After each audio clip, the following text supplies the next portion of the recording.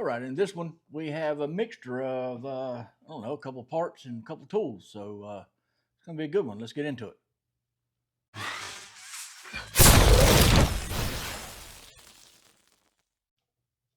Okay, as you can see, we have well, I guess you can see. That's how it came in the box. I mean, it was in the box, but kind of smushed. So let's set the box over out of the way. That was an adapter to test the radiator cap, because I need to test the radiator cap in my truck. And here's a radiator cap for my truck. Let's see. I'm assuming that's the right one. Says it was. Anyway, that's yet to be seen, right? You know how the parts people are. So, and here's the radiator cap. That box wasn't messed up too bad. I already took it out of the box. Now, well, I'll get into that in the other video. Okay, now this is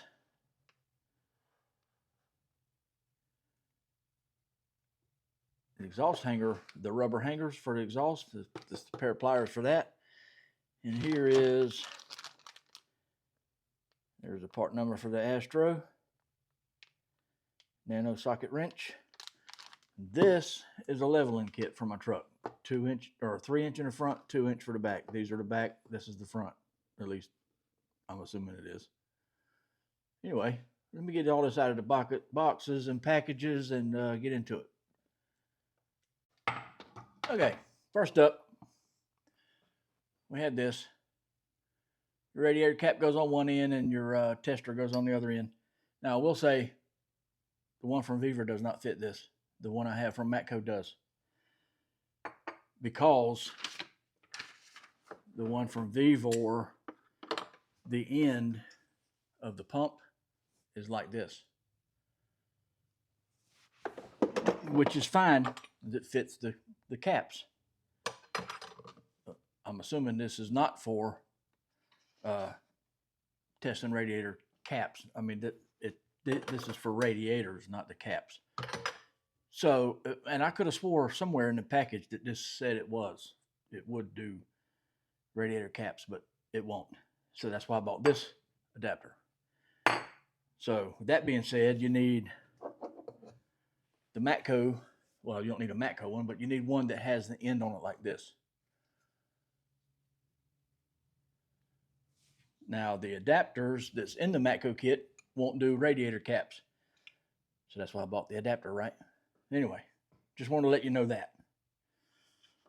So we're going to test the radiator cap and we're going to test the cooling system in my truck just to make sure, because if I drive it very far, I get out, it smells like it's running hot. It's got a warranty on it. The Dodge dealership said no leaks, nothing wrong with it, but the radiator cap needs to be replaced. Now, I just tested, this is a brand new cap that I just took out the box. I just tested it, and it only tests at, it's supposed to be a 16-pound. It's right at 14, 15 pounds when it releases. It won't go no higher than that. So there that is. Anyway, next up, I thought these was going to be kind of cheaply made because they was only $12. But I was wrong. These are pretty well made and pretty big for taking those rubber exhaust hanger off. The studs that's sticking out, you stick it on there and you push in and it pops it off. This makes life a lot easier than fighting with them stupid rubber hangers, exhaust hangers. And I may have a project coming up where I'm going to need this, so stay tuned for that. So let me get that out of the way. Next up,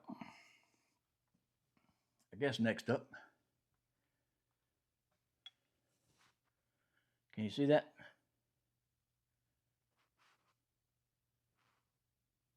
know if you can see that or not. This camera's supposed to switch and not just focus on my face. I don't know why it's not. I got to go into settings. But anyway, Astro Tools. It's a swivel head. Now, I didn't realize it was that long. That's pretty awesome. It's for the nano sockets. You don't know what nano sockets are? That is the nano. Now, you can put a regular ratchet on here, but that's the nano sockets. From Astro Tools. Comes in a set from, let me flip it back around, 6 all the way to 24, no skips. These sockets are freaking awesome. But what's the point of them being so shallow if you got to put it on a regular ratchet, right? Hold on a minute. Let me get a regular socket and we'll see. Okay, apparently I don't have a 3/8 drive. 22. This is a 22. But I do have a 20. And in fact, this is a Tecton socket. But you see the difference in the height? There's a little bit. And then, of course, you got to account for the ratchet being on top, right? Wait, let's turn it over this way. The ratchet's got to be on top. And if you put a ratchet in here, it would be a little shallower than this one, right? But if you put this on there,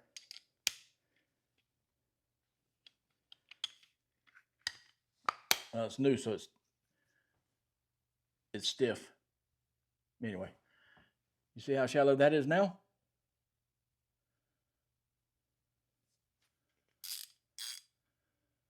That's pretty cool. Now, the only bad thing about this is it's not reversible. I don't know if I really like that. It needs to be reversible. But at least this one's not bent, right? But it really does need to be reversible. And you say they don't make reversible in flex head? Yes, they do.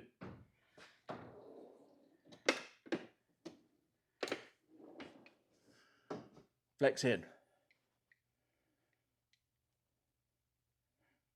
Reversible.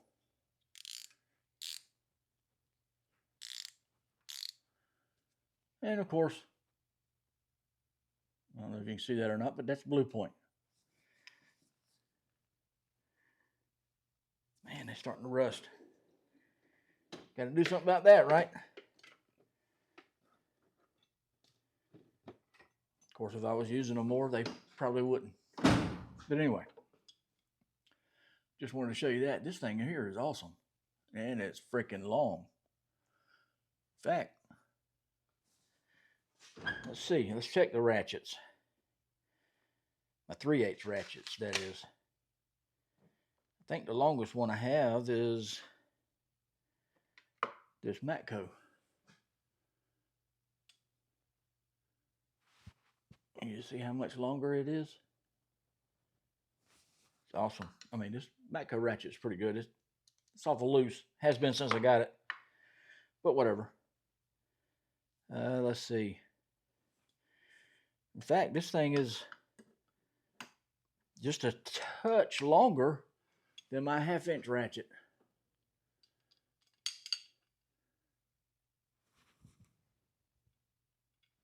It's not much longer, but it's longer, and this is 3/8 sockets. Pretty cool, huh? Anyway, that's all of the tool stuff. Now let's get into the good stuff, the exciting stuff. Okay. What is this, huh? Almost looks like the tool for the Fords, huh? For the front end, 4-wheel drive, but it's not. It's a block. 2-inch block for the rear of my truck to level the truck out. It's going to raise the back of the truck 2 inches and the front 3 inches.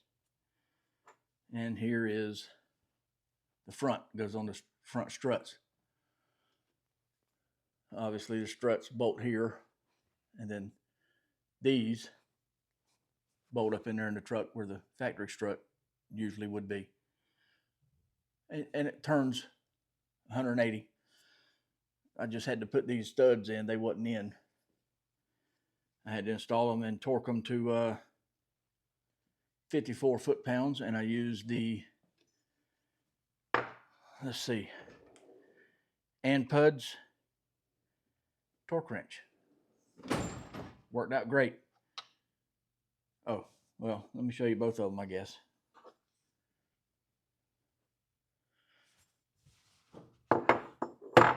That's the front ones.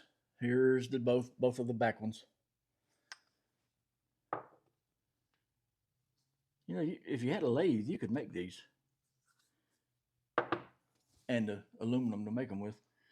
Anyway, and of course I ran them in with my